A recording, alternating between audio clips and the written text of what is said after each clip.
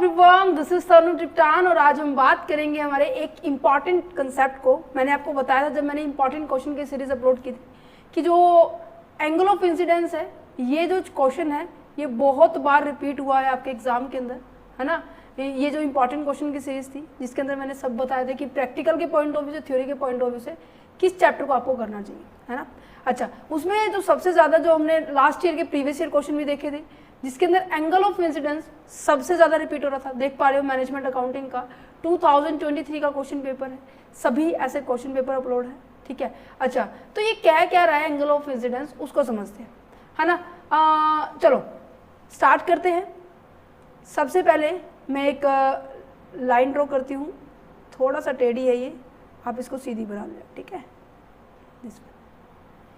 ये क्या होती है, आपकी वाई एक्सिस होती है और ये आपकी एक्स एक्सिस होती है।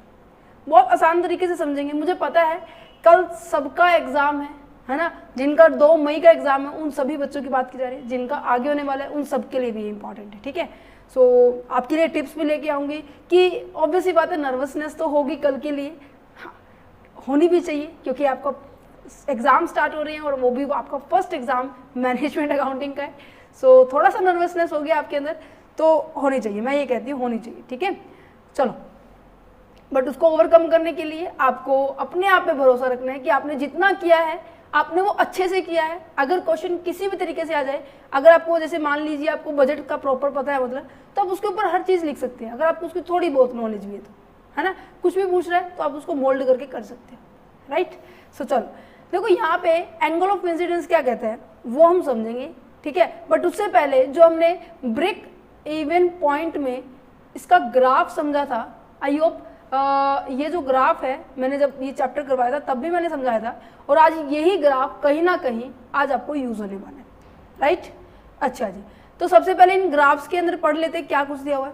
ये कहता है जो भी आपकी कॉस्ट है, जो भी आपका क्या है रिवेन्यू है, ठीक है, ये दोनों आपकी एक्स वाई एक्सिस पे डिनोट हो रही है। अच्छा, यहाँ पे है 0 और यहाँ पे है आपका आउटपुट। आउटपुट कह लीजिए, यूनिट ऑफ सेल कह लीजिए, ठीक है, यूनिट ऑफ सेल्स कह लीजिए। यहाँ पे हम कहते हैं रुपीज़ में निकाल रहे हैं हम सब चीज़ें, ठीक है। कॉस्ट है, रिवेन्यू है, सेल्स होगी तभी तो रिवेन्यू जनरेट होगा ना। तो यहाँ पे कुछ भी दिया हो तो यहाँ पे इधर साइड ये यूनिट ऑफ आउटपुट यहाँ पे ही है। अच्छा, मैंने आपको 2 कॉस्ट बताई थी। कॉस्ट आपकी 2 तरीके की होती है, एक आपकी वेरिएबल कॉस्ट होती है, एक आपकी फिक्स्ड कॉस्ट होती है। वेरिएबल कॉस्ट क्या होती है, जो आपके प्रोडक्शन के साथ साथ बढ़ती है। दैट मीन्स जो आपके आउटपुट आपने बढ़ाया तो आपकी वेरिएबल कॉस्ट भी क्या हो जाएगी, बढ़ जाएगी। आउटपुट आपने कम किया तो वेरिएबल कॉस्ट भी क्या हो जाएगी, कम करेंगे। जिसके अंदर हमने पढ़ा था कि जो मटेरियल का कॉस्ट है, मशीनरी की कॉस्ट है, इलेक्ट्रिसिटी का बिल है, वो प्रोडक्शन के अकॉर्डिंग बढ़ता जाता है। अच्छा, अगर मैं बात करूँ फिक्स्ड कॉस्ट की, फिक्स्ड कॉस्ट में क्या होता था, फिक्स्ड कॉस्ट हमेशा फिक्स रहता था, चाहे आउटपुट हमारा बढ़े चाहे वो कम हो, बट हमारा जो फिक्स्ड कॉस्ट है वो कांस्टेंट रहता था, है ना। उसका प्रोडक्शन के ऊपर किसी भी तरह का फर्क नहीं पड़ता था, जैसे कि सैलरी हो गया, रेंट हो गया, ये सारी की सारी चीजें होती थी। फिर मैंने आपको ग्राफ को अंदर प्लॉट करने की बात सिखाई थी। अब देखो, अब मैंने कहा कि ये जो कांस्टेंट रहेगा, चाहे प्रोडक्शन हमारा इतना हो, चाहे प्रोडक्शन हमारा इतना हो, चाहे प्रोडक्शन हमारा इतना हो, मींस चाहे हमारा जैसे मान लीजिए प्रोडक्शन ये क्या है, ऐसे यूनिट्स में आगे बढ़ता जा रहा है, ठीक है। तो ये कहते हैं कि जो फिक्स्ड कॉस्ट है ये कॉस्ट की लाइन है, ठीक है, ये कॉस्ट की लाइन है। ये कहते हैं कि फिक्स्ड कॉस्ट हमेशा क्या रहने वाला है, आपका कांस्टेंट रहने वाला है। ये क्या हो जाएगा आपका फिक्स्ड कॉस्ट। अच्छा जी, मैंने कहा कि जो वेरिएबल कॉस्ट है वो आउटपुट के साथ बढ़ता है। मैं इसकी अगर आउटपुट 0 है तो वो क्या रहेगा, मैं इसको यहाँ पे अलग से समझाती हूँ। आउटपुट 0 तो ये 0 रहेगा, आउटपुट 10 हुआ तो कॉस्ट भी 10 आएगी, कॉस्ट अगर 20 आई है तो ऑब्वियसली बात है आउटपुट 20 आया होगा। तो ये क्या कर रहा है कि जैसे जैसे हमारा आउटपुट बढ़ रहा है वैसे वैसे हमारी कॉस्ट क्या हो रही है, बढ़ रही है ना। तो ये इंक्रीजिंग अपवर्ड स्लोप है, ये कुछ इस तरीके से बनेगी। और ये कैसे बनी थी, ये ऐसे हॉरिजॉन्टल बनी थी, है ना। तो यहाँ पर मैं दोनों कॉस्टों को साथ दिखा रही हूँ, है ना। तो देखो यहाँ पे ये तो हो गई फिक्स्ड कॉस्ट। अब मैंने कहा कि आउटपुट मेरा 0 है, मीन्स कि ये यहाँ पर है 0 है, ठीक है। तो ऑब्वियसली बात है जो वेरिएबल कॉस्ट है वो भी यहाँ पे होगी। मैंने आउटपुट बढ़ाया तो वेरिएबल कॉस्ट कितनी होगी, यहाँ पे होगी। मैंने और आउटपुट बढ़ाया, वेरिएबल कॉस्ट यहाँ होगी। मैंने और आउटपुट बढ़ाया, वेरिएबल कॉस्ट यहाँ होगी। दैट मीन्स अगर मैं ये वाला प्लॉट ग्राफ ड्रॉ कर रही हूँ ठीक है, फिक्स कॉस्ट के ऊपर ही। तो ये कौन सी कॉस्ट होने वाली है आपकी, ये आपकी टोटल कॉस्ट होने वाली है। अब आप ये कहेंगे कि मैम अभी तो आपने ये बोला कि वेरिएबल कॉस्ट होगी, हाँ जी होगी, बट इसके जो बीच का जो डिफरेंस है ना टोटल कॉस्ट और फिक्स्ड कॉस्ट में से, ये आपका वेरिएबल कॉस्ट है। समझ पा रहे हो? अच्छा जी, फिर बात आ जाती है किसकी, कि हम क्या करने जा रहे हैं, अब अपने यूनिट्स को प्रोड्यूस करने जा रहे हैं। क्या करने जा रहे हैं, अपने यूनिट्स को प्रोड्यूस करेंगे, सेल करेंगे, रिवेन्यू जनरेट होगा। अच्छा जी, रिवेन्यू जनरेट हुआ मेरा, सेल हुई मेरी, एक सेकेंड,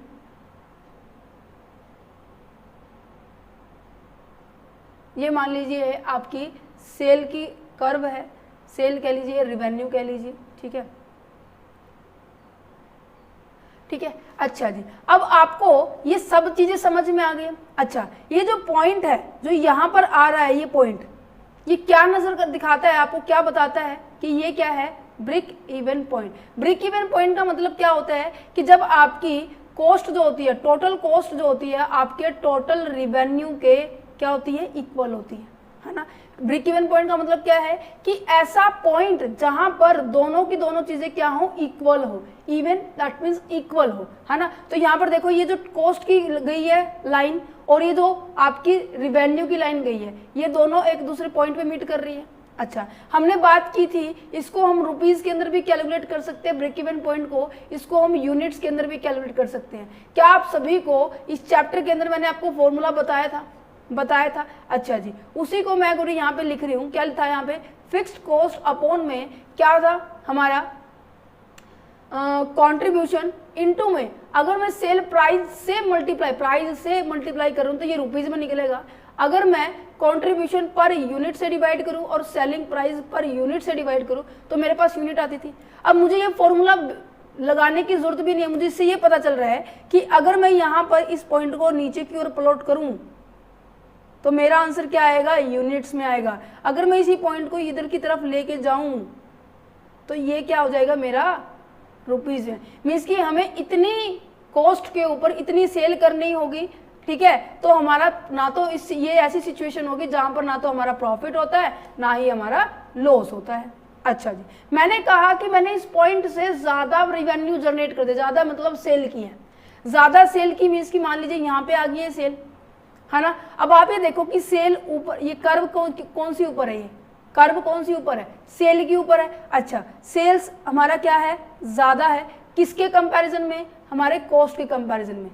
ये देखो, इसके अगर मैं नीचे की ओर प्लॉट करूं तो कॉस्ट कहाँ आ रही है, यहाँ पे आ रही है। तो दैट मीन्स आपकी जो टोटल कॉस्ट है वो क्या है, कम है आपके सेल से। दैट मीन्स आप रिवेन्यू, माना कि आपने 100 रुपये में बेचा सामान, ठीक है, और आपकी जो लागत है वो कितनी आई है, आपकी लागत 80 रुपये आई है, तो इसका मतलब क्या है, 20 रुपये क्या है, प्रॉफिट है। तो यहाँ पे ये जो एरिया है वो किस चीज का है, ये एरिया प्रॉफिट का है, राइट। तो यहाँ पे मैं इसको और नीचे प्लॉट कर दूं और मैं इसको इधर साइड से प्लॉट कर दूं तो आपको क्या चीज नजर आ रही है। हमने एक और पॉइंट पढ़ा था, मार्जिन ऑफ सेफ्टी का पढ़ा था। मींस कि हम कितनी ऐसी सेफ्टी यूनिट में बैठे, कितनी ऐसी सेफ्टी रुपीज में बैठे हैं जिससे अगर इन केस हम प्रोडक्शन ना करें तो हमारे पास एज ए सेफ रहेगा। मीन्स कि जो हमारी एक्चुअल सेल है और जो हमारा ब्रेक इवन पॉइंट है उनके बीच में जो डिफरेंस होता था उसे हम कहते थे, है ना। ब्रेक इवन पॉइंट मैंने कहा कि आपकी क्या है, 20 यूनिट है जिसके ऊपर क्या करना है आपको, ना तो प्रॉफिट होगा ना लॉस होगा। अच्छा, एक्चुअल यूनिट मेरी कितनी प्रोड्यूस होगी, 30 यूनिट प्रोड्यूस होगी। अच्छा, 30 में से जब मैं 20 को माइनस करूंगी तो दो बीच का जो डिफरेंस है ना, ये कितने का आएगा, 10 का। अगर यूनिट की बात की जा रही है 10 का, अगर प्राइस के रुपीज में बात की जा रही है तो इस 10 यूनिट को उसके पर्टिकुलर प्राइस से मल्टीप्लाई कर दो, आपको मार्जिन ऑफ सेफ्टी रुपीज में आ जाएगा, है ना। अच्छा जी, ये तो आपको समझ में आ गया, ठीक है। अभी आपको एक चीज पता चल रही है, एक चीज पता लग रही है जो मुझे भी नजर आ रही है, आई होप आपको भी नजर आ रही है।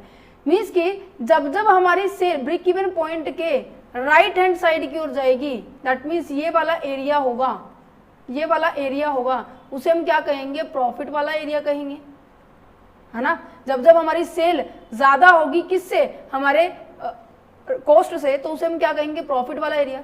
इन केस ये सेल नीचे कम हो जाए, ये सेल क्या हो रही, डिक्रीज कर दी, ठीक है, यहां कर दी, तो आप ये देखो कॉस्ट की लाइन ऊपर है, तो दैट मीन्स अब हमारे पास कैसी सिचुएशन है, सेल्स हमारी कम है और टोटल कॉस्ट हमारी ज़्यादा, दैट मीन्स रिवेन्यू हम कम कमा रहे हैं और टोटल कॉस्ट ज़्यादा है ना। मान लीजिए रिवेन्यू 100 है और कॉस्ट मेरी 150 है, तो ये जो 50 रुपये का नुकसान है, ये यहाँ ये वाला एरिया क्या दिखाएगा आपको, लॉस दिखाएगा। क्लियर है, समझ पा रहे हैं, ये पोर्शन क्या है आपका, लॉस का है। अच्छा, मैं आप ये कह रहे होंगे कि मैम ये तो हमारा ब्रेक इवन पॉइंट ही हो गया, ये देखो यही पॉइंट समझाए हुए हैं यहाँ पे, है ना, ये आपका पॉजिटिव एरिया है, ये आपका लॉस का एरिया है। अच्छा, एंगल ऑफ इंसिडेंस क्या है मैम, एंगल ऑफ इंसिडेंस बच्चे आपका, मैं थोड़ा सा यहाँ से कवर रिमूव कर देती हूँ जिससे आपको और अच्छे से क्लियर हो जाएगा। एंगल ऑफ इंसिडेंस का मतलब है कि जो आपका यहाँ पर एंगल बन रहा है इसे कहते हैं एंगल, ठीक है। एंगल ऑफ इंसिडेंस मीन्स कि जितना ज्यादा एंगल ऑफ इंसिडेंस बड़ा होता जाएगा, वो क्या इंडिकेट कर रहा है, उतना ज्यादा हमारे पास क्या हो जाएगा, प्रॉफिट बढ़ता चला जाएगा। समझ पा रहे हो, एंगल का मतलब बस ये है, समझ रहे हो, ठीक है। तो कहने का मतलब जितना ज्यादा एंगल आपका बड़ा हो जाएगा, लार्जर होगा, उतना ज्यादा आपका क्या होगा, प्रॉफिट इंक्रीज होता चला जाएगा। ये whole about there is a angle of incidence. ये पूरा कंसेप्ट आपको पता होना चाहिए कि ये सेल की कंसेप्ट ये है, टोटल सेल आपकी ये, कॉस्ट ये है, इनके बीच का डिफरेंस क्या है, वेरिएबल कॉस्ट है, नीचे जो है फिक्स्ड कॉस्ट हमेशा कांस्टेंट रहती है, एक्स एक्सिस पे आपका आउटपुट जनरेट होता है, ठीक है, यहाँ पर आपकी ये चीजें आती हैं। तो जब तक आपको ये क्लियर नहीं होगा तब तक ये एंगल ऑफ इंसिडेंस नहीं होगा। अच्छा, थ्योरी के पॉइंट ऑफ व्यू से समझे, ये आपको देखो ये देख के ही समझ में आ रहा है, ठीक है, ये चाहिए था मुझे आपको समझाने के लिए।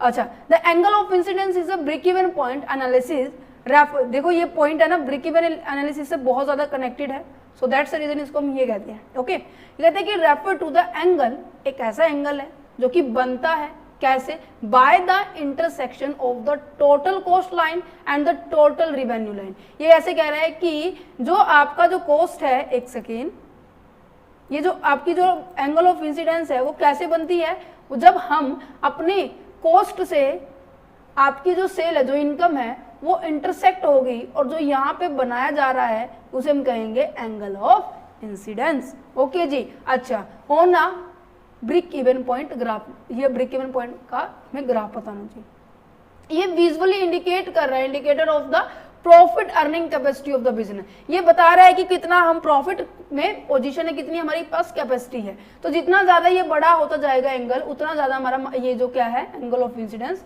बनता जाएगा, प्रॉफिट के ऊपर डिपेंड है। तो ब्रेक इवन ग्राफ क्या होता है, एक ग्राफ है जो कि विजुअली रिप्रेजेंट करता है कॉस्ट का, सेल का, वॉल्यूम का, उसके प्रॉफिट के ऊपर। बताया था कॉस्ट वॉल्यूम प्रॉफिट का मतलब क्या होता है कि जो प्रॉफिट है उसके ऊपर इंपैक्ट पड़ता है काफी सारी चीजों का, कॉस्ट का पड़ता है, सेल का पड़ता है, कितनी यूनिट ऑफ सेल आपने सेल की है, कितनी यूनिट ऑफ द सेल के ऊपर कितना प्राइस आप चार्ज कर रहे हैं, ये सभी की सभी हमने इस वाले चैप्टर के अंदर डिस्कस की थी, चैप्टर नंबर 7 के अंदर, राइट। अच्छा, टोटल कॉस्ट लाइन क्या होता है, जिसके अंदर ये दिखाता है कि हमारा टोटल एक्सपेंस कितना हुआ है। देखो ये क्वेश्चन है ना एग्जाम के अंदर, थ्योरी के पॉइंट ऑफ व्यू से आता है, तो आपको इस तरीके से प्रेजेंट करना है, ठीक है।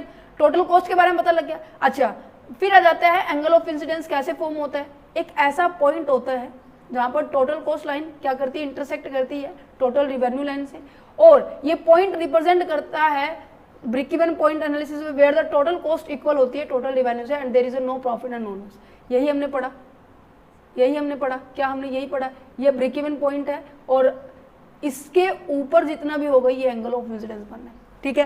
ये जितना ज्यादा बड़ा एंगल होगा, लार्ज एंगल ऑफ इंसिडेंस होगा, वो क्या होगा, स्टेपर स्लोप होगी। स्टेपर का मतलब पता है कि ऐसे थोड़ा सा खड़ा खड़ा होगा, है ना। अगर मैं कहती ये जो है, अब देखो मेरे पास एक बार दोबारा से फिर बनाना पड़ेगा मुझे, ये टोटल कॉस्ट होगी, ये फिक्स कॉस्ट होगी। मैंने कहा कि अगर मेरी सेल जितनी ज्यादा ऐसे इधर की ओर होगी, खड़ी खड़ी होगी, खड़ी कैसी होती है, ऐसी होती है सीधा खड़ी, ऐसे, ये है ना, जितनी ज्यादा ये सेल मेरी खड़ी होगी ऐसे इस तरफ, तो उतना ज्यादा मेरे को क्या नजर आ रहा है, से यहाँ पे प्रॉफिट नजर आ रहा है। अच्छा, ये नॉर्मल सिचुएशन है, अभी मैंने नॉर्मल बनाई है, ठीक है। एक और बनाते हैं जिसके अंदर ये बिल्कुल ही ऐसी होती है। अब यहाँ पे देखो प्रॉफिट का एरिया कितना ज्यादा बचा है इसके कंपैरिजन में। अच्छा, एक तो फिर ऐसे भी हो सकती है, स्लीपर भी हो सकती है, ये इकोनॉमिक्स में पढ़ते थे हम पहले बहुत ज्यादा।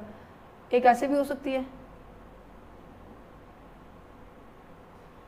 मीन्स कि इतनी देर तक तो आप लॉस कवर करते रहे, फिर आपको क्या मिल रही है, प्रॉफिट मिल रहा है। मीन्स कि अगर जितना ज्यादा आपकी जो स्लोप है स्टेपर होगी, मीन्स की खड़ी खड़ी होगी, लैडर की तरह होगी, तो उतना ज्यादा क्या होगा, आपका हायर प्रॉफिट इंडिकेट करेगा। और जितनी ज्यादा स्मॉलर एंगल ऑफ इंसिडेंस होगा, मीन्स की छोटा छोटा इंसिडेंस होगा, दैट मीन्स आपकी जो स्लोप है वो कैसी है, फ्लैटर है। फ्लैटर दैट मीन्स ऐसे लेटी हुई है। ये जो टोटल फिक्स कॉस्ट है, ठीक है, उतना ही आपकी जो कॉस्ट ये रिवेन्यू है उतनी लेटी लेटी है। जितना लेटा लेटा होगा, ये कहते हैं जितना इंसान आलसी होगा उतना ज्यादा उसको क्या होने वाला है, नुकसान होना है। आपका कल एग्जाम है, अगर आप अभी भी सुस्त हैं, बैठे हुए हैं, सो ऑब्वियस ही बात है आपको नुकसान होगा, है ना। जितना ज्यादा आप अलर्ट हो गए ऐसे खड़े हैं, सो आपको उतना ज्यादा प्रॉफिट होगा, लार्ज एंगल ऑफ इंसिडेंस नजर आएगा। तो आप लॉजिक लगा पा रहे हैं। अच्छा, टोटल रिवेन्यू लाइन तो आपको पता लग गई है कि क्या होती है, ये वाली आपकी टोटल रिवेन्यू लाइन हो गया, फिनिश हो गया, कंप्लीट।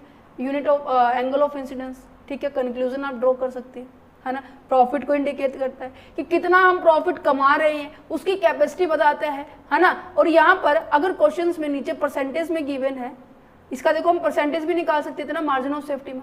कैसे निकालते थे कि कितना मार्जिन ऑफ सेफ्टी मेरे पास आया है, मान लीजिए 10 आया है, ठीक है, और सेल्स कितनी थी, इनटू में 100 करते थे। सेल्स मेरी अभी मेरे को नहीं पता, यहाँ पे मैंने बस इससे कंपेयर किया, है ना। जो भी मेरी सेल होगी, मान लीजिए 100 मेरी सेल है, इनटू में मुझे 100 करना होगा, तो दैट मीन्स मेरा 10% प्रॉफिट अर्न कर रही हूँ। अगर ऊपर 50 है, नीचे 100 है, इनटू 10 है, दैट मीन्स मेरा 50% क्या है, एंगल ऑफ इंसिडेंस है, ठीक है। समझ पा रहे हो। तो ये प्रॉफिट को इंडिकेट करता है कि आपका प्रॉफिट है कितना। क्लियर है बच्चे? आई होप ये कंसेप्ट क्लियर हो गया होगा। और बिल्कुल पैनिक नहीं होना, ठीक है। पैनिक देखो ऑब्वियस ही बात है, इट्स ओके, सब होते हैं बच्चे। इवन अगर मैं कहूँ कि मेरा कोई एग्जाम है, मेरा कोई एंट्रेंस है, अभी फिलहाल मैं तो फ्री हो चुकी हूँ, इन केस मैं कहती हूँ कि मेरे लिए कोई टास्क है, ठीक है। जैसे मेरे लिए टास्क था कि आप सभी के लिए मुझे चैप्टर्स, सभी के सभी चैप्टर्स मैनेजमेंट अकाउंटिंग के कंप्लीट करवाने हैं। सो मेरे लिए ये टास्क था। अब मैंने ये कंप्लीट किया, मैं भी खुद पैनिक थी कि पता नहीं होगा या नहीं होगा, बट हाँ फाइनली हमने कर लिया है। आज बजट के चैप्टर और कर लेंगे। देखो मैंने आपके लिए प्रिपेयर किए हुए हैं हर एक चीज़ें। सो बस लेक्चर आने बाकी है, उनको हम अब नेक्स्ट लेक्चर आपका इसी के ऊपर होगा, बजट के ऊपर, ठीक है। चलो मिलते हैं नेक्स्ट चैप्टर के अंदर, बजट एंड बजटिंग के ऊपर, ठीक है जी।